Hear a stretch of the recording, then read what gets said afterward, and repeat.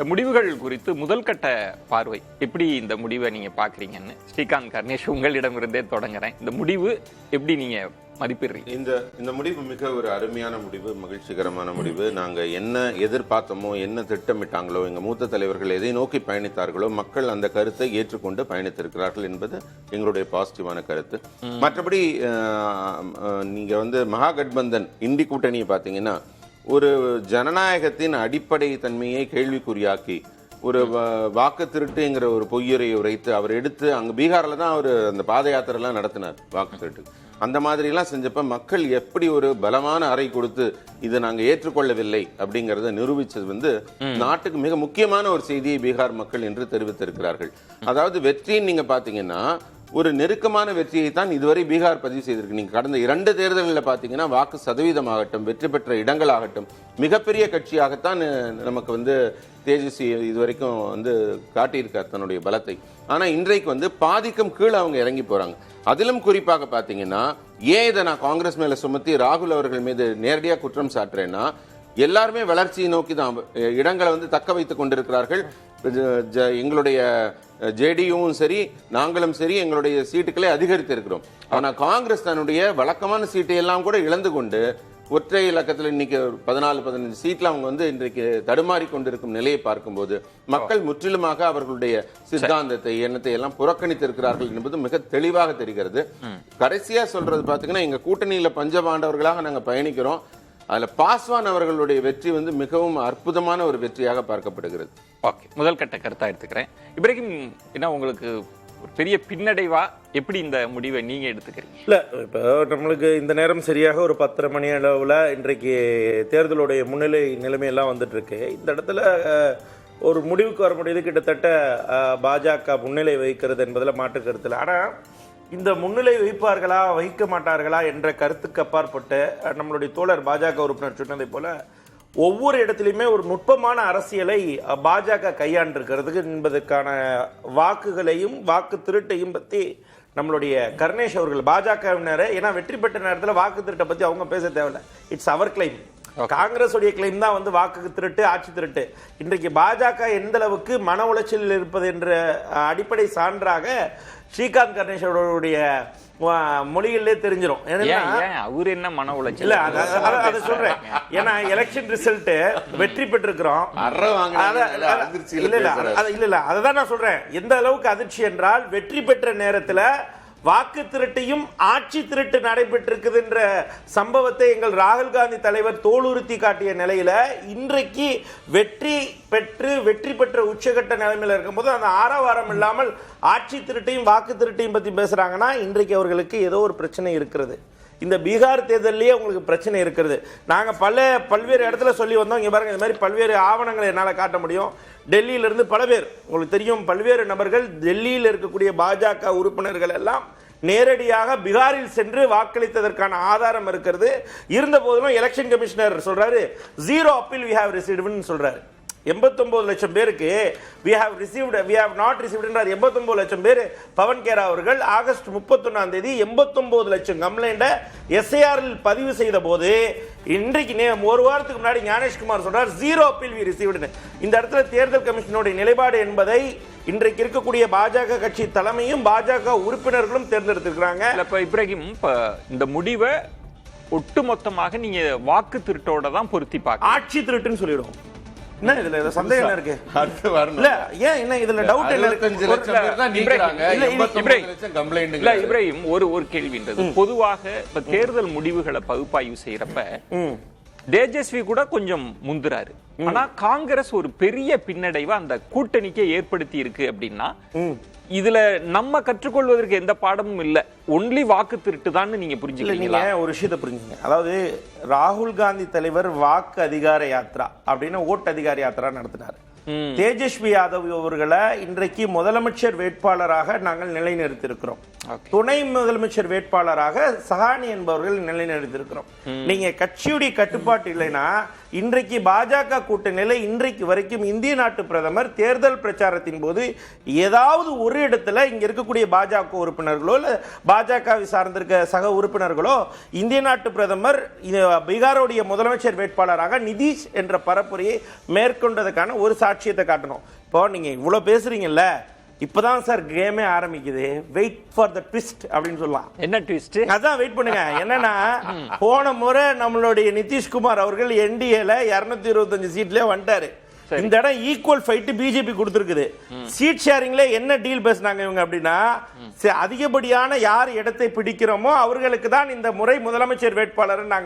இப்ப ஜேடியு ட்ரெயிலிங்ல வரல, பிஜேபி ட்ரெயிலிங்ல வர ஆரம்பிக்குது. இப்ப இந்நேரம் நிதிஷ்குமார் மன உளைச்சலில் இருப்பார்.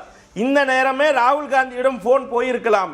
இன்றைக்கு DK சிவகுமார் அவர்கள் நேரடியாக பீகாரில் போயிட்டு இந்நேரம் முகாமிட்டு என்ன நடைபெறுகிறது என்ற கள நிலவரத்தை ராகுல் காந்தியிடம் தெரிவித்திருக்கலாம். இதெல்லாம் நடக்கலாம். எனக்கு ஒரு கிரைம் நாவல் படிச்ச நீங்க புரிஞ்சுக்கணும். அதாவது காங்கிரஸ் கட்சியில 2 விஷயம் நான் பதிவு செய்யணும்னு நினைக்கிறேன். அதாவது இனிமே அவங்களால தேர்தல்ல மக்கள் பீப்புள் மேண்டேட்ஸ் வாங்கி ஜெயிக்க முடியாதுங்கிற முடிவுக்கு வந்திருக்காரு. ஒத்துக்கிறேன். ரெண்டாவது விஷயம், என்னோட இதை கேளுங்க.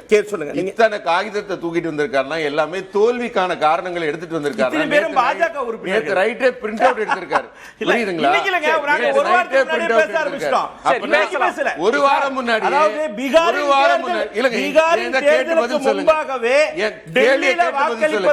டெல்லியிலிருந்து பீகாரில் அதிகப்படியான வாக்குகள் பதிவேற்றம் செய்திருப்பார்கள் என்ற அடிப்படை ஆவணத்தை ஒரு வாரம் முன்னாடியே அவங்க தோல்வி தெரிஞ்சு போச்சு. இன்றைக்கு வரைக்கும் ஒரு வாரம் முன்னாடியே தோக்குறோம் தெரிஞ்சு போச்சு அவங்களுக்கு. அதனால டாக்குமெண்ட் ரெடி பண்றாங்க. நீங்க என்ன வேணாலும் நீங்க ஒரே ஒரு சார்ஜஸ்க்கு பதில் சொல்லுங்க. இல்ல என்ன வேணாம், என்ன வேணாலும் அலிகேஷன் வச்சுக்கோங்க. only one charges. show me these fellows are not voted in Bihar versus Delhi. இவரு ஞானேஷ்குமார் அவர் சொல்றாரு, ஒரு நபர் ஒரு வாக்கு தான் அளிக்க வேண்டும், அதற்கு மேல வாக்களித்தால் அது மிகப்பெரிய சார். ஒரு நிமிஷம், டோன்ட் இன்டரப்ட் மீ. அதாவது இவர் எக்காரணத்தை கொண்டு தேர்தல் பீகார் தேர்தலின் போது டெல்லியில எப்படி சார் வாக்களிச்சாரு? பீகார்ல இருக்கக்கூடிய பாஜக உறுப்பினர்கள் நேரடியாக சென்று பீகாரில் வாக்களித்திருக்கிறார்கள் என்ற ஆதாரத்தை வெளியிட்டும் கூட இன்றைக்கு வரைக்கும் பாஜகவும் எலெக்ஷன் கமிஷனும் பதிலளிக்கவில்லை. பின்னாடி பேசலாம் எல்லாருமே. யாரு பிக் பாக்கெட் அடிக்கிறாங்களோ அவன் தான் முதல்ல திருடுறேன்னு கத்துவான். வாக்குத்திருட்டில் ஈடுபட்ட காங்கிரஸ் அந்த மாதிரி ஆதாரங்களை தூக்கிட்டு திரியுறாங்க கட்டுக்கட்டா காகிதம். ரகுப்ப 2 விஷயமா நம்ம பார்க்க வேண்டி இருக்கிறது. இப்ப SIR வாக்கு திருட்டு தொடர்பாக ராகுல் வைத்த விஷயம் அப்படியே தான் இருக்கு. நம்ம அதையும் அப்படியே புறக்கணித்து விட்டு இந்த முடிவுகளை பகுப்பாய்வு செய்வது சரியான்ற ஒரு பார்வை இருக்கு. இன்னொன்னு, வெறும் வாக்கு திருட்டை மட்டும்தான் நாங்க பேசுவோம், இதுக்குள்ள எங்களுக்கு எந்த டேட்டாவும் இல்லை மதிப்பிடுவதற்கு அப்படின்றதும் ஆர்குமெண்டா இருக்கு. இந்த ரெண்டையும் வச்சுதான் நம்ம பேச வேண்டியிருக்கிறது. நீங்க எப்படி எடுத்துக்கீங்க? இப்போ 2020ல வாக்கு திருட்டு இல்லாமல ஜெயிச்சாங்கல்ல இந்தியே. இதுக்கு முன்னாடி எலெக்ஷன்ல இப்ப 20 வருஷமா அவர் சீஃப் மினிஸ்டர் இருக்காரு. காங்கிரஸ் SIR மட்டுமே பாயிண்ட் அவுட் பண்ணிட்டு எங்க மேல பிரச்சனையே இல்லைன்னு சொல்றது தவறு. இன்ட்ராஸ்பெக்ட் பண்ணணும். திரு இப்ராஹிம் பேசுறது பார்த்தா காங்கிரஸ் ஜெயிச்ச மாதிரி எனக்கு ஒரு ஃபீலிங்.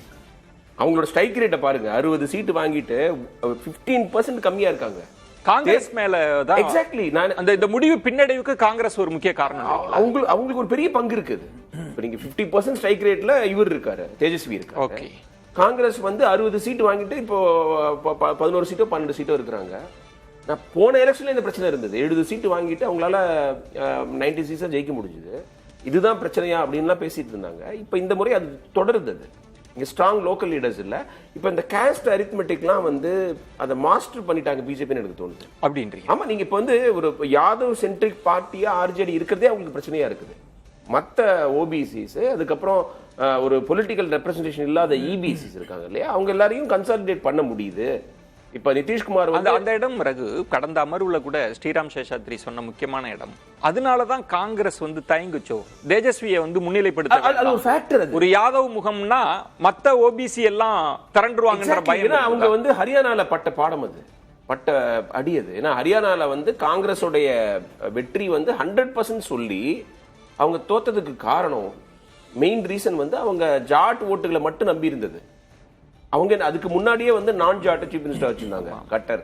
அப்புறம் அவர் அவங்க வந்து ஓபிசி ஒருத்தவங்க சீஃப் மினிஸ்டர் ஆயிட்டாங்க சைனிய. கிட்டத்தட்ட நீங்க சொல்றதுல நுணுக்கமான இடம் ஓபிசி அரசியல்லையே பிஜேபி மாஸ்டர் பண்ணாங்க. ஒரு பெரும்பான்மை சமூகம் அது அல்லாத பிற சமூகங்கள் யாதவ் மக்கள் அதிகமா வாழும் பகுதியில நாங்க முதல் முறையாக எங்களுடைய வாக்கு சதவீதம் மிக மிக அதிகரித்து எல்லா இடத்துலயும் லீட்ல இருக்கும். அதையும் ஃபேசினேட்டிங்கான விஷயம் என்னன்னா மகாராஷ்டிரால மராட்டா சமுதாயத்துக்கு எதிரான கட்சிங்கிற பிஜேபி பிம்பத்தை வச்சு ஜெயிக்கிறாங்க. ஜாட்டுக்கு எதிரான கட்சின்னு சொல்லி அங்க ஜெயிக்கிறாங்க, ஹரியானா ஜெயிக்கிறாங்க. இப்ப யாதவ் வந்து கிட்டத்தட்ட 15% இருக்காங்க பீகார்லன்னா அதை பிரதானப்படுத்துற கட்சி எதிர்த்து ஜெயிக்கிறாங்க. சோ வந்து அவங்க வந்து மத்தவங்களை கன்சாலிடேட் பண்ண முடியுது. ஏன் இதுல இருந்து ஏன்னா கடந்த கால தேர்தல் முடிவுகளும் நமக்கு சொல்லுது. இப்போ உத்தரப்பிரதேசத்துல அகிலேஷ் யாதவ் ஒரு முறை பின்னடைவு, அதுக்கப்புறம் ஒரு பாடம் கற்று எல்லாருக்குமான ரெப்ரசன்டேஷன் நோக்கிலாம் நகர்றப்ப ஏன் அது இவங்க கத்துக்க மறுக்கிறாங்களா, என்ன பிரச்சனை அப்படின்னு? அது ஒரு ஃபியூடல் சமூகமா தான் இருக்குது. நீங்க வந்து உத்தரப்பிரதேசோட இன்னும் பின்தங்கி இருக்கு. இல்ல இந்தியா கூட்டணி அதுக்கான ஸ்ட்ராட்டஜியை வகுக்கலையா உங்களுக்கு? அதை வந்து அவங்க இப்ப 2024 பார்லிமெண்ட் எலெக்ஷன் ரிசல்ட்டுக்கு அப்புறமே அவங்க வேலையை ஆரம்பிச்சிருக்கணும். அந்த எலெக்ஷன்ல ஜேடியு பிஜேபி வந்து பீகார்ல ரொம்ப சிறப்பா பெர்ஃபார்ம் பண்ணியிருந்தாங்க. அதுவே ஒரு வார்னிங் பெல் ஆயிருக்க வேண்டாமா இவங்களுக்கு? எலெக்ஷன் அனௌன்ஸ் பண்றது இந்த எஸ்ஐஆருக்கு முன்னாடியே அவங்க வேலையை ஆரம்பிச்சிருக்கணும். நம்மளுக்கு பெரிய ஒரு சவால் இருக்குது 2025ல. நிதிஷ்குமார் மேல மக்களுக்கு வெறுப்பு இல்ல, அவருடைய ஆட்சி தொடரணும்னு நினைக்கிறாங்கிறது அப்பயே சென்ஸ் பண்ணி இப்ராஹிம் சொல்றாரு எங்களுக்கு வாக்கு திருட்டு தான் பிரதான. அது ஒரு ஃபேக்டர். அதுல அவங்க கேட்க வேண்டிய கேள்விகள் எல்லாம் நியாயமானது கேட்கணுங்க. பட் அது மட்டும் தான் காரணமா? எல்லா ஊர்லயும் அதுதான் காரணமா? இப்ப அதையே சொல்லிட்டு ஹரியானால வந்து ஒரு வீட்டுல 200 சொல்லிருந்தாங்கல்ல, 200 வாக்குகள். இந்தியன் எக்ஸ்பிரஸ் டெல்லி வந்து அந்த வீட்டுக்கு போயிருக்காங்க, 200 பேர் இருக்காங்க அங்க. ஒரு 10 ஃபேமிலி இருக்குது அங்க, எக்ஸ்டெண்டட் ஃபேமிலி இருக்குது. அத அடுத்த நாளே அவங்க வந்து கிரவுண்ட் ரிப்போர்ட்டிங்ல எஸ்டாப்ளிஷ் பண்ணிட்டாங்க. நீங்க வந்து இது வந்து ஒரு வீட்டுல எப்படி அவ்வளவு ஓட்டு இருக்க முடியும்னு கேட்காதீங்க. அது வந்து பல குடும்பங்கள் சேர்ந்த ஒரு காம்பவுண்ட்ல இருக்காங்க, ஒரு பெரிய சொசைட்டி மாதிரி இருக்காங்க அப்படிங்கறத எஸ்டாப்ளிஷ் பண்ணிட்டாங்க. இந்த எஸ்ஐஆர்ல கேட்க வேண்டிய கேள்விகளை தொடர்ந்து கேட்டுக்கிட்டு இருக்கணும். பட் அந்த கேள்வியை மட்டுமே கேட்க கூடாது. நீங்க என்ன பண்ணீங்க, உங்க லோக்கல் லீடர்ஷிப் என்ன, நீங்க எலெக்ஷன் ஒர்க் எப்படி பண்ணீங்க, அந்த இவங்க சீட் ஷேரிங் முடிவு பண்றதுக்கே நாமினேஷன் டேட் வந்துருச்சு. இவங்க மகாகட்பந்தன் சொல்றேன். ரமேஷ் சேதுராமன், பொதுவாக இந்த தேர்தல் முடிவுகளை பகுப்பாய்வு செய்யறது அதற்குள்ள இருக்கிற இன்ட்ரெஸ்டிங், ஏன்னா தேர்தல் முடிவுன்றது வெறும் கான்ட்ராஸ்ட் பைனரி கிடையாது, அதுக்குள்ள ஏகப்பட்ட காரணிகள் இருக்கு. இந்த முடிவை நீங்க எப்படி புரிஞ்சுக்கிறீங்க? இல்ல முதல் விஷயம் அடிப்படையான ஒன்றத்தை நம்ம பார்க்கணும். பீகார் மக்கள் அவங்க வந்து வசதியானவர்களா இல்லையா, சாப்பாட்டுக்கு கூட சமயத்தில் கஷ்டப்படுறவங்களா இல்லையாங்கிறதெல்லாம் தாண்டி அவங்களுடைய அடிப்படை மக்களுக்கே இந்த அரசியல் ஆர்வம்ங்கிறது இருக்குல்ல, அது ரொம்ப ஜாஸ்தி. சாமானியர்களும் அரசியல் எந்த அளவுக்கு அலசுவாங்கன்னா நீங்க நினைச்சு கூட பார்க்க முடியும். உண்மைதான், பீகாருக்கு அந்த முக்கிய பீகார். அதனாலதான் அங்கிருந்து வரக்கூடிய தலைவர்கள் வந்து அடிமட்டத்துல இருந்து வந்தாங்க பெருவாரியாக. அவங்க வந்து மத்திய அரசு அப்படின்னு தொடர்ந்து வந்திருக்கக்கூடிய அரசுகள்ல பாருங்க, எல்லாத்துலயும் ஒரு முக்கிய பங்கு வந்து அவங்க வகிச்சிருப்பாங்கிறத நீங்க பார்க்கணும். காரணம் என்னன்னா அவங்களுடைய அந்த அரசியல் புரிதல், அது எல்லாமே. ஸோ பாலிடிக்ஸுங்கிறது அவங்கள பொறுத்த வரைக்கும் பார்ட் ஆஃப் த லைஃப். ரெண்டாவது விஷயம், எப்பயுமே நீங்க வந்து பாத்தீங்கன்னா நார்த் இந்தியாவை பொறுத்த வரைக்கும் அவங்க 3 விஷயம் சொல்லுவாங்க. பிஜ்லி சடக் பானின்னுவாங்க. அதாவது எலக்ட்ரிசிட்டி, மின்சாரம், சாலை, தண்ணீர். இந்த எல்லாமே வந்து இப்போ இந்த மத்திய அரசுல வந்து மோடி அரசு வந்ததுக்கு அப்புறம் என்னென்னலாம் எப்படி எப்படிலாம் பூர்த்தி பண்ணாங்க. ஜல்ஜீவன் திட்டத்துல தண்ணி, அதே மாதிரி வந்து இந்த சாலைகள் போடுறது வந்து பிரதான் மந்திரி சடக் யோஜனா, பிஜ்லி சடக் யோஜனாங்கிறதுல இருந்து ஆரம்பிச்சு எல்லாம் கிராமப்புறங்கள்ல இருந்து ஆரம்பிச்சு மெயினான இந்த இது போடுற வரைக்கும் எல்லாம் பண்ணிட்டாங்க. இந்த மாதிரியாக இதுல ரூரல் எலக்ட்ரிபிகேஷன் வந்து 100% அச்சீவ் பண்ணோம்னு சொன்னாங்க. இந்த மாதிரி எல்லாமே பண்ணது. இது ரெண்டாவது. அந்த இடத்துல ஒரே ஒரு குறுக்கீடுக்கு என்ன சொன்னாங்கன்னா, இந்த தேர்தலில் ஒரு இன்ட்ரெஸ்டிங் ஃபேக்டரா வந்து அடிப்படை விஷயங்கள்லாம் பூர்த்தி செய்யப்பட்டாலும் அங்க இருக்கிற பீகாரிகள் வந்து ஒரு ஆஸ்பிரேஷன், நம்மளும் மற்ற ஸ்டேட் மாதிரி வளரணும்னு நினைக்கிறாங்க, அதுக்கு தேஜஸ்வியை வந்து பாக்குறாங்கன்னுலாம் சொல்லப்பட்டது. அப்புறம் புலம்பெயர் தொழிலாளர்கள் அந்த பிரச்சனையெல்லாம் இருக்கிறப்ப ஒரு இளைஞர்களின் நம்பிக்கை நட்சத்திரமா தேஜஸ்வி இருப்பதாகலாம் சொல்லப்பட்டது. இல்ல அப்படி நடக்கல, ப்ரொஜெக்ட் பண்ணப்பட்டது. கூட தேஜஸ்வி பிளஸ் ராகுல் அப்படிங்கிற ஒரு கான்செப்டை வச்சுதான் இன்ஃபேக்ட் காங்கிரஸ் தரப்புல இருந்து அவங்களுடைய அந்த நெகோசியேஷன் நடந்தது அப்படின்னு நீங்க பார்க்கலாம். 6 மாசம் முன்னாடி, இப்போ இன்னைக்கு தேர்தலில் நம்ம இது ரிசல்ட் அனலைஸ் பண்றோம். 6 மாசத்துக்கு முன்னாடி நீங்க கள நிலவரப்படி நீங்க போய் பார்த்திருந்தீங்கன்னா என்டிஏ பின்தங்கி இருந்தது. இதையெல்லாம் நான் சொன்னதெல்லாம் மீறி என்டிஏ பின்தங்கி இருந்தது. என்ன சேஞ்ச் ஆச்சு அப்படிங்கிறது தான் இங்க கேள்வி. இது ஒண்ணு நான் சொல்றேன். விஷயம், இப்போ தீபாவளி சமயம் வந்தது, ஜிஎஸ்டி வரி குறைப்பு செஞ்சாங்க இல்லையா, அது ஒரு மிகப்பெரிய தாக்கத்தை நாடு பூராவுமே ஏற்படுத்தியது, ஒரு பாசிட்டிவ் இம்பாக்ட்ங்கிறத வச்சு. ரெண்டாவது விஷயம், இப்போ தமிழகத்துல இப்ப திமுக கூட்டணி அப்படின்னு நீங்க எடுத்தீங்கன்னா, அவங்க ஒவ்வொரு வாட்டியும் அவங்க இந்த தேர்தல் சமயத்துல வரும்போது அந்த தமிழன் அந்த ஒரு சென்டிமெண்டல் வேல்யூ, இது தமிழ்நாட்டில் தானான்னு கிடையாது, இல்ல எல்லா மாநிலங்களையுமே பொதுவா உண்டு. இப்ப கர்நாடகான்னு எடுத்தீங்கன்னா ப்ரௌட் கர்நாடிகா, கோஸ்டல்ல பாத்தீங்கன்னா ஆந்திரா, ஒடிசா, ப்ரௌட் கர்நாடிகா, அந்த மாதிரி ஒவ்வொரு இதுலயும் அதைத்தான் இன்ஃபேக்ட் நீங்க பிஜேபியில கூட பாத்தீங்கன்னா, இப்ப ஒரு உதாரணத்துக்கு சொல்றேன், ஒரிசால என்ன மாதிரியான கேம்பெயின் பண்ணாங்கன்னு பாருங்க. இந்த சாவியை தூக்கி இவங்க இது தமிழ் இதுகிட்ட கொடுத்துட்டாங்க, அதை இங்க எப்படி அதை ரிவர்ஸ்ல பண்ணாங்கன்னு நம்ம பார்த்தோம். இந்த மாதிரியாக இருக்கும்போது இந்த எலெக்ஷன்லயும் தமிழகம் முக்கிய பங்கு வச்சுன்னு தான் பார்க்கணும். ஒவ்வொரு எலெக்ஷன்லயும் தமிழகத்துடைய இது பேர் அடிபடுது அப்படின்னு பார்க்கலாம். என்னன்னா தலைவர்கள் அது காங்கிரஸ் சொன்னார், இப்ப நீங்க இந்த முடிவுக்கு காரணம் திமுகவையும் கூட்டணி தாங்க, கூட்டணி தான். மத்திய பிரதேச எடுத்துங்க, இல்ல மத்திய பிரதேஷ் சனாதன பத்தி பேசினாங்க, நான் உங்களுக்கு தனியா காட்டுறேன். சனாதனம் பத்தி பேசினப்போ அந்த தேர்தல்ல இன்னும் அதிகப்படியான வாக்குகளை வாங்கி கொடுத்தது இங்க இருக்கக்கூடிய தலைவர்களுடைய சனாதனம் எதிர்ப்பு பேச்சு. அதையும் காமிச்சா. அப்ப நீங்க சொல்லிங்க நம்புறாங்க, பீகார் மக்கள் நம்புறாங்க. நிச்சயமா நம்புறாங்க. ஏங்க இவங்க பேசலையா? நம்புறாங்கன்னா என்னவோ இவங்க பேசாத மாதிரியாகவும் அதை பொய்யாக ஒரு பரப்புரை செய்யப்பட்டதாகவும் சொல்லக்கூடாது. அதை விட்டுருவோம்.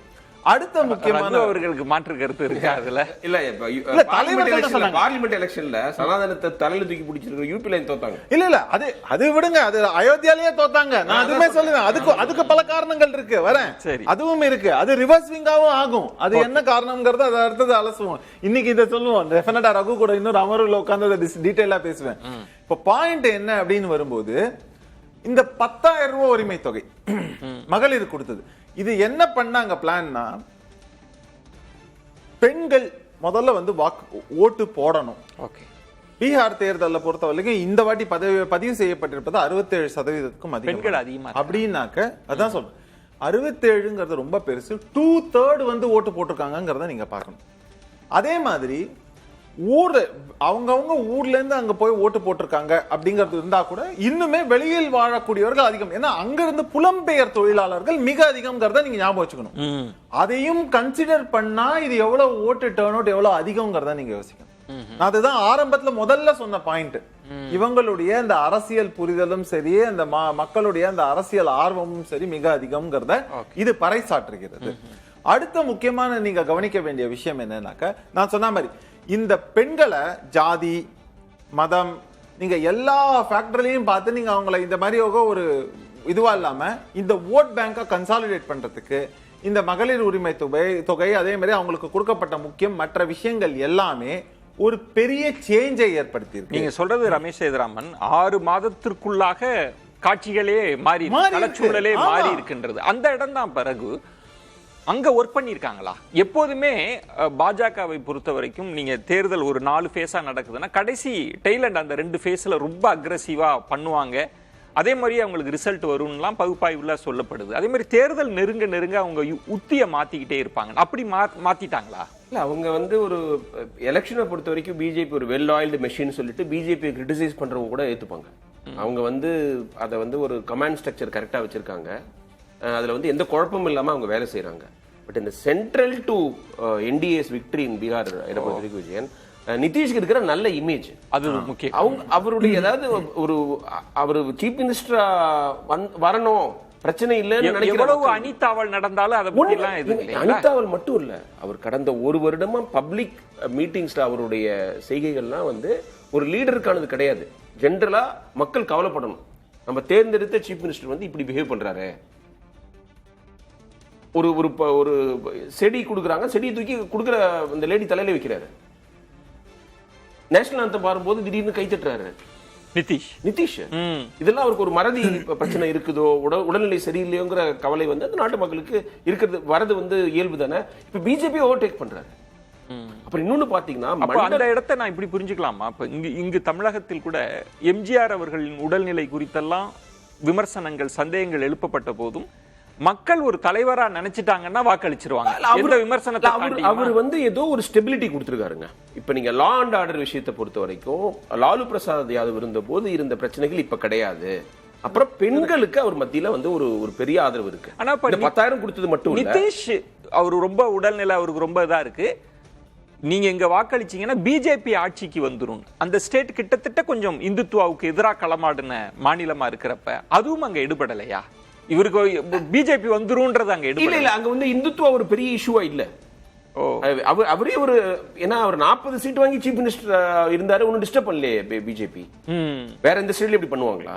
இப்ப நீங்க வந்து மகாராஷ்டிரால இவங்க அதிக சீட் வந்த உடனே ஷிண்டே வர முடியல இல்ல. அப்புறம் இன்னொரு விஷயம் விஜயன், இந்த மண்டல் பாலிடிக்ஸ்னால வந்து ஒரு சென்ட்ரல் ஸ்டேஜுக்கு வந்தவர் வந்து லாலு பிரசாத். இப்ப அந்த காஸ்ட் கால்குலேஷனே அவருக்கு எதிராக போகுதோ அப்படின்னு. ஏன்னா வந்து நீங்க வந்து அதுல என்ன சொல்றாங்கன்னா யாதவ்லயே எம்பவர்டு யாதவ்ஸ் தான் டாமினேட் பண்றாங்க. அடிமட்டத்தில் இருக்கிறவங்களுக்கு வாய்ப்பு கிடைக்கிறது இல்ல. சோ இந்த இடஒதுக்கீடு இந்த மாதிரி representation பரவலாக்கப்படணும்.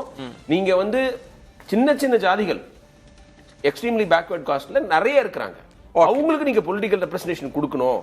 It's not only about large cost, எண்ணிக்கையில் அதிகமா உள்ள காஸ்ட் அப்படிங்கறத நீங்க இது பண்ணிட வேண்டாம். அப்புறம் வந்து இந்த 72 லட்சம் வாக்குகள் அதிகமா இந்த தேர்தலில் பதிவாயிருக்கு, அது எங்களுக்குன்னு சொன்னார்ல தேஜஸ்வி, அது அப்படியே அந்த பக்கம் போயிருக்கு. யூசுவலா வந்து ஆன்டி இன்கம்பன்சி ஓட்டுன்னு நினைப்போம், இல்ல இந்த கவர்மெண்டே கண்டினியூ பண்ணுங்கிறதுக்கான இந்த ஓட்டா தான் அதை நம்ம பார்க்க முடியும். பாஜக நிறைய ஒர்க் பண்ணியிருக்காங்கன்றதும் நிதிஷுக்கு இருக்கக்கூடிய நன்மதிப்பு வெறுப்பா அது கன்வெர்ட் ஆகல. நம்ம இப்படி கூட புரிஞ்சுக்கலாம், ஒரு வெறுப்பா இல்லன்றதெல்லாம் தான் இந்த முடிவு. அப்படி நீங்க புரிஞ்சுக்கவே இல்லையா?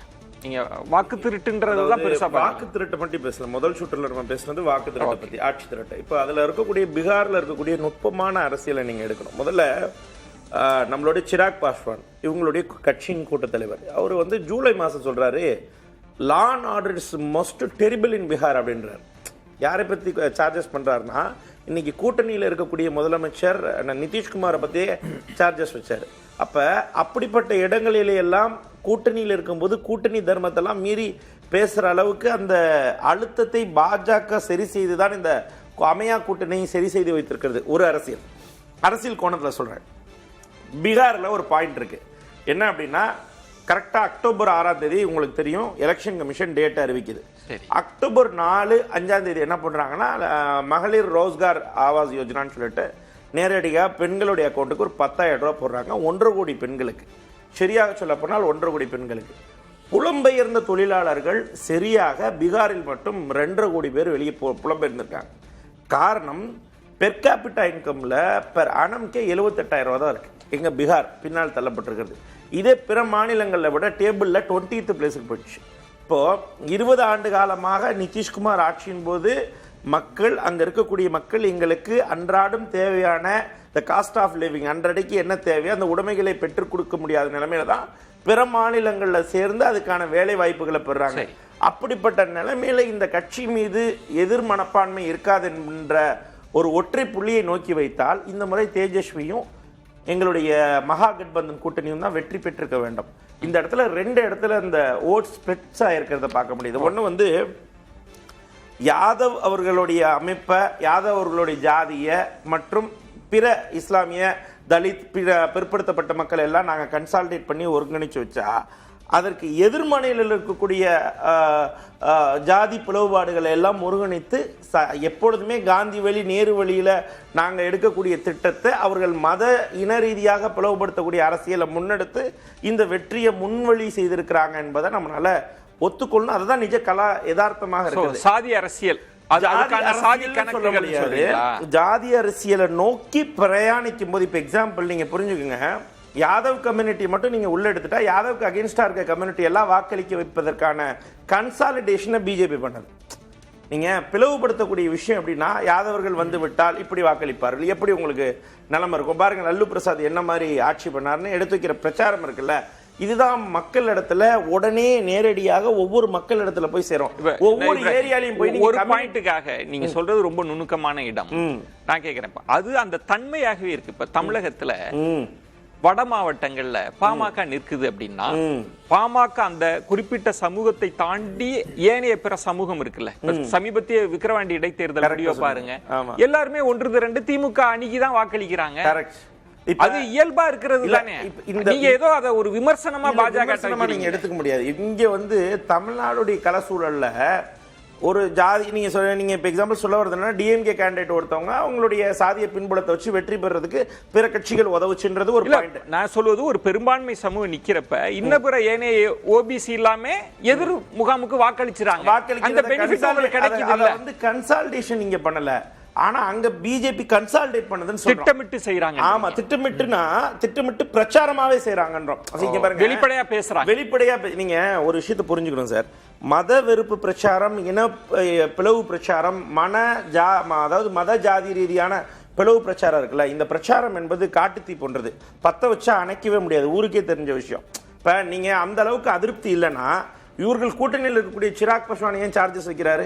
நிதிஷ்குமாரோடைய ஆட்சியின் போது லான் ஆர்டர் ரொம்ப முறைகேடாக இருக்கிறது இந்த ஜூலைல பேசுறாரு. ஒண்ணு அது இயல்பு இல்லையா? இப்ப கூட்டணிக்குள்ள இல்ல, கூட்டணிக்குள்ளன்றது வேற. அதாவது சிராக் பஸ்வானுடைய கண்டிஷன் என்ன அப்படின்னா, இன்றைக்கு அந்த அளவுக்கு தான் அந்த உண்மை கல யதார்த்தத்தை எடுத்து வைத்தால் தான் அவர்கள் வாக்கு வங்கிகளை பெற முடியும்ன்றத நியூட்ரல் பொசிஷன் எடுக்கிறாரு. அதாவது ஒரு பக்கம் நிதிஷ்குமார் தனக்கு ஆதரவான வாக்குகளை பெறார். நீங்க சொல்றது களம்ன்றது வந்து இவர்களுக்கு நிதிஷ்க்கு எதிராக தான் இருந்திருக்குன்றீங்க. மக்கள் அதிருப்தியோட தான் மக்கள் அதிருப்தியோடைய நிலைமையை இவங்க எப்படி அதை கன்சால்டேட் பண்றாங்கன்னா ஜாதி இன ரீதியான வாக்கு எண்ணிக்கை இல்ல ஒரு செகண்ட் இல்ல நான் ஒரு ரிசல்ட் என்ன வருதுன்னு தெரியாம இல்ல ஒரு செகண்ட் இருங்க, நான் சொல்லிடுறேன். நேத்து பேச வேண்டியது இன்னைக்கு பேச இல்ல இப்பதான் பேசுறோம். இப்பவும் அதே இப்ப நான் சொல்றேன் பாருங்க, அவன் 50க்கும் மேற்பட்ட இடங்கள்ல 5000க்கும் கீழே தான் இங்க ட்ரெயிலிங்ல இருக்காங்க. நீங்க ஆன்டி இன்கம்பன்சி இல்லைன்னு எப்படி சொல்லுவீங்க சார்? ஆன்டி இன்கம்பன்சி இல்லைன்னா 20,000 வந்துடும் சார். 5வது சுற்று 6வது சுற்று மொத்தம் 23 சுற்றுல 10 சுற்றுல நீங்க வந்து 20,000 மேற்பட்ட இடத்துல நீங்க வந்திருக்கணும். எதிர் மனப்பான்மை நிலை ஆன்டி இன்கம்பன்சி இல்லைன்னா வெறும் 3000-4000 வாக்காளர்கள் வித்தியாசத்துல நீங்க வரீங்கனாவே ஜாதியின ரீதியான பிளவுபாடுகளை கன்சால்டேஷன் அரசியலை வச்சுக்கிட்டு அதை முன்னெடுத்ததன் மூலியமாக தான் இந்த ஒரு மார்ஜினல் ஓட்ஸ், அந்த மார்ஜினல் ஓட்ஸ்லயும் வாக்கு திருட்டு இருக்குன்றோம். இப்ப 2 விஷயம், வாக்கு திருட்டுன்ற ஒன்றையும் சாதி மத அரசியல் 2, 3வது கடைசி நேரத்துல நீங்க கொடுத்த அந்த 10,000 ரூபாய், இதெல்லாம் தான் இந்த முடிவுக்கான காரணின்னு அவர் பாக்குறாரு. அது காங்கிரஸோட காரணங்களுக்குள்ள நான் போக விரும்பல. ஏன்னா அவங்க வலிமையான காரணங்கள் வந்து தோல்விக்காக எப்பவும் தேடிக்கொண்டிருப்பதே அவங்களுடைய கடந்த 10-15 ஆண்டுகளாக அவங்களோட பெரும் பணியாக இருக்கு. அவங்க ஒரு டீம் போட்டு ஆபீஸ் போட்டு எக்ஸ்பர்ட்ஸ் வச்சு தோல்விக்கான காரணங்களை புதிதாக ஆராய்ச்சி செய்யறாங்க வெளிநாட்டு வல்லுநர்களை வச்சு. ஏன்னா வேற வழி இல்லை அவங்களுக்கு. தோல்விக்கு ஏதாவது சொல்லணும் இல்ல, மீசையில மண்ணோட்ல தட்டணும் இல்ல. அதுக்கு நான் பதில் சொல்லவே விரும்பல. நம்ம ஆக்கப்பூர்வமா பேசுவோம். இவங்களோட தவறு எங்க இருக்குன்னு கேட்டா, எங்களுடைய வெற்றிக்கு மிகப்பெரிய காரணி வந்து திரு ராகுல் காந்தி அவர்கள். அவர் எவ்வளவு காங்கிரஸ்ல இறங்கி பணியாற்றுறாரோ அவ்வளவு எங்க வெற்றி அங்கெல்லாம் உறுதி செய்யப்படும். ஏன்னா மக்கள் எள்ளி நகையாடக்கூடிய பல விடயங்கள் தொடர்ந்து நடைபெறுகிறது. சுப்ரீம் கோர்ட்ல போய் மன்னிப்பு கேட்கிறார், வாயில வந்ததெல்லாம் சொல்றாங்க. இன்னும் நான் வந்து இந்த வாட்ஸ்அப் யூனிவர்சிட்டியோட காமெடிக்குள்ளெல்லாம் போல, அதெல்லாம் சொன்னா கண்ணிய குறைவா இருக்கும்னு. ஆனால் ஒரு தலைவர் அப்படி விமர்சிக்கப்படுகிறார் என்றால் எங்கேயோ ஒரு பொறி இருக்குல்ல, அதை அவங்க உணரணும். எதை நோக்கி பயணிக்கிறோம்? இன்னைக்கு அங்க மிக பெரும் தலைவராக நீங்க அவருடைய ஆளுமையை சொன்னீங்க. அப்பேற்பட்ட தேஜஸ்வி யாதவை இவங்க முதல்வர் வேட்பாளர்னு அறிவிக்கிறதுக்கு எப்ப வேட்பாளர் மனுவை வாபஸ் வாங்குற வரைக்கும் வச்சுட்டே இருக்காங்க சொல்றதுக்கு. கூட்டணி எவ்வளவு இடம் எங்க நிக்கிறோங்கிறத சொல்லல, வாபஸ் வாங்குற நாள் வரைக்கும் கூட்டணி முடிவாகாம இருக்கு. நீங்க சொல்லி யார் முதல்வர்னு இருக்கு. நீங்க முன்னாடியே சொல்லிட்டீங்க நிதிஷ்னு. அது மாதிரி சொல்ல நாங்க நீங்க விட்டுருங்க, தமிழகத்தை விட்டுட்டு சொல்லுங்க. எந்த தேர்தல்ல நாங்க மாநில சார் ஒரு நிமிஷம், தமிழக நீங்க எந்த தேர்தல்ல மாநில தேர்தல்ல முதல்வரை நாங்க அறிவித்திருக்கோம்? ஒரு உதாரணம் சொல்லுங்க. எங்கேயுமே கிடையாது. அது எங்களோட ஸ்ட்ராட்டஜி. சில மாநிலங்கள்ல கொண்டு வருவீங்க, தேவைன்னா பயன்படுத்துவீங்க, வேண்டாம்னா எடுத்துருவீங்க. அது ஒரு ஸ்ட்ராட்டஜி. அது மோடி அவர்கள் வருகைக்கு பிறகு நீங்க கடைபிடிக்கிறீங்க சொல்லல, சொல்லவே மாட்டோம். அவ்வளவுதான். அதனால அது எங்களோட எங்க தேவையோ அது அதை பயன்படுத்தி புத்திசாலித்தனமாக அதை செய்கிறோம். அங்க மிஸ்ஸிங்கா இருக்கணும். அதுல இன்னொரு முக்கியமான விஷயம் நீங்க சொல்லணும், அதுல ஒண்ணு கேட்கணும்னா, அவங்க அதை மட்டும் செய்யல. இன்றைக்கெல்லாம் எல்லாமே நீங்க வடநாட்டு ஊடகங்கள்ல நீங்க பாத்தீங்கன்னா காங்கிரஸுக்கு நீங்க அருமையான ஒரு பெயர் கொடுத்திருக்காங்க. என்னன்னா, தானும் ஜெயிக்க மாட்டாங்க, கூட்டணிக்காரங்களையும் ஜெயிக்க விட மாட்டாங்க. இன்றைக்கு அவங்க போட்டியிட்ட இடங்களை அவருக்கு கொடுத்திருந்தா ஜெயிச்சிருப்பாரு அப்படின்னு எல்லாம் இவங்க ஆதரவு ஊடகங்களே புலம்பும் நிலைக்கு அவங்க காங்கிரஸோட செயல்பாடு இருக்குன்னா, அவங்க யோசிக்க வேண்டியது என்ன தெரியுங்களா? இந்த மாதிரி வெட்டியா வாக்கு திரட்டுன்னு எல்லாம் இல்லாம சுய பரிசோதனை என்றைக்கு செய்து கொள்கிறார்களோ, மக்கள் நம்மளை எப்படி பார்க்கிறாங்க உண்மை பரிமாணத்தை உணர்ந்து கொள்கிறார்களோ, அன்னைக்குதான் எங்களுக்கு கொஞ்சம் உருப்படியான போட்டி வரும். இல்லாட்டி நாங்க இந்த மாதிரி ஆள் இல்லாத கிரவுண்ட்லயே கோல் போட்டுட்டு இருக்கோம். உங்களுக்கு அது ஒரு கவலையா இருக்கு, இப்படி நம்ம எளிதா வெற்றி பெறறோமே, நம்ம போட்டி இல்லன்னு. யோசிச்சு பாத்தீங்கன்னா 180 சீட்டுக்கு வர்றப்ப நாங்க எங்க கூட்டணி இப்ப 180 தாண்டி போயிட்டு இருக்கப்ப காங்கிரஸ் வந்து 10க்கும் குறைவான இடங்களுக்கு போயிட்டாங்க. இப்ப கிட்டத்தட்ட பெரிய ஸ்வீப்ன்ற இடத்துக்கு நகர்ந்துருச்சு. ஸ்வீப்பை நோக்கி நகர்ந்து கொண்டிருக்குன்னா மக்கள், நான் அதனாலதான் முன்னாடி சொன்னேன், ராகுல் காந்தி அவர்களின் முகத்தில் அறைந்தார் போல நீங்க ஒரு பொய் சொல்லி ஒரு யாத்திரை நடத்தின மாநிலத்துல, இந்தியாவையே திரும்பி பார்க்க வைத்த மாநிலத்துல இந்த மாதிரி கொஞ்சம் கூட சிந்தாம செதறாம ஓட்டு ஒரே மாதிரி வருது. யாதவ்களா அங்கதான் வாக்களிக்கிறாங்க. இஸ்லாமியர்கள் அதிகம் வாழும் பகுதியான சிறுபான்மை மக்கள் இருக்கும் சீமாஞ்சல்ல நாங்க வந்து அதிக வாக்குகளை 37 இடங்கள்ல தாண்டி